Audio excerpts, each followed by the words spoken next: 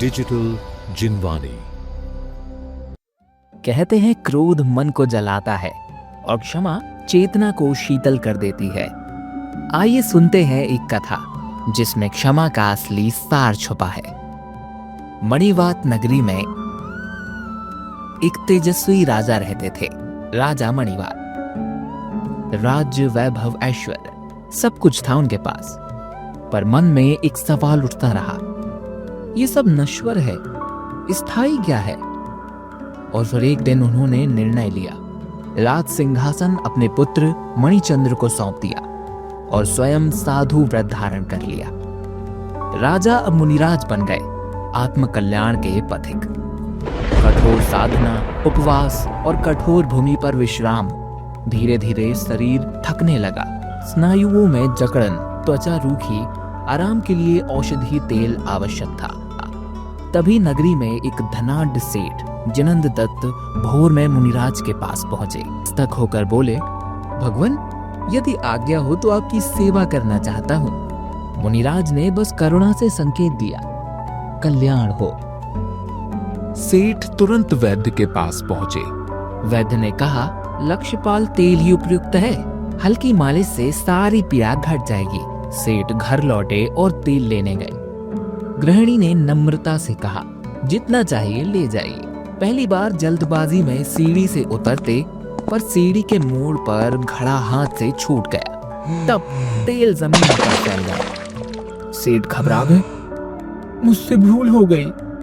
गृहिणी मुस्कुराई, भूल में क्रोध नहीं करते, एक और ले जाइए। दूसरी बार और भी सावधानी से चल पड़े, पर किस्मत, पांव फिसल गया और दूसरा घड़ा भी चकनाचूर। सेठ की आवाज कांप उठी, फिर गलती हो गई। गृहिणी शांत रही, मन बड़ा रखिए, क्रोध से बड़ा कोई नुकसान नहीं, तीसरा ले जाइए। तीसरी बार सेठ और भी सजग हुए, लेकिन रास्ते में तेल जैसी हल्की फिसलन और तीसरा घड़ा भी टूट गया। सेठ स्तब्ध रह गए, अब तो मैं क्षमा का अधिकारी भी नहीं, 3 बार गलती कर दी। तभी गृहिणी ने सहजता से कहा, तेल से बड़ा सेवा भाव है, मैं क्रोध क्यों करूं? जितना चाहिए उतना ले जाइए। आखिरकार सेठ तेल सुरक्षित लेकर लौटे। संयमित स्पर्श से दिवसों तक मुनिराज की सेवा करते रहे। धीरे धीरे जकड़न घटी, पीड़ा शांत हुई और सेठ का मन भी उज्जवल हो गया।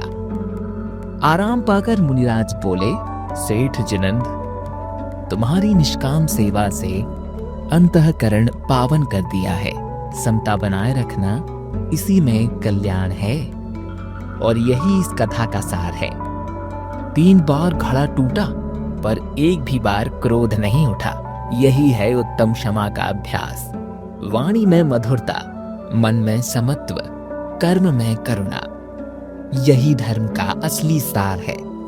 तो आइए आज संकल्प लें, यदि हमारे वचन, मन या कर्म से किसी को दुख पहुंचा हो, हम क्षमा मांगते हैं, और जिन्हें हमसे दुख पहुंचा हो उन्हें हृदय से क्षमा देते हैं। मिच्छामि दुक्खड़म। इस कथा के ज्ञानदातार मिस्टर प्रसांग जैन और मिसेस आरती जैन।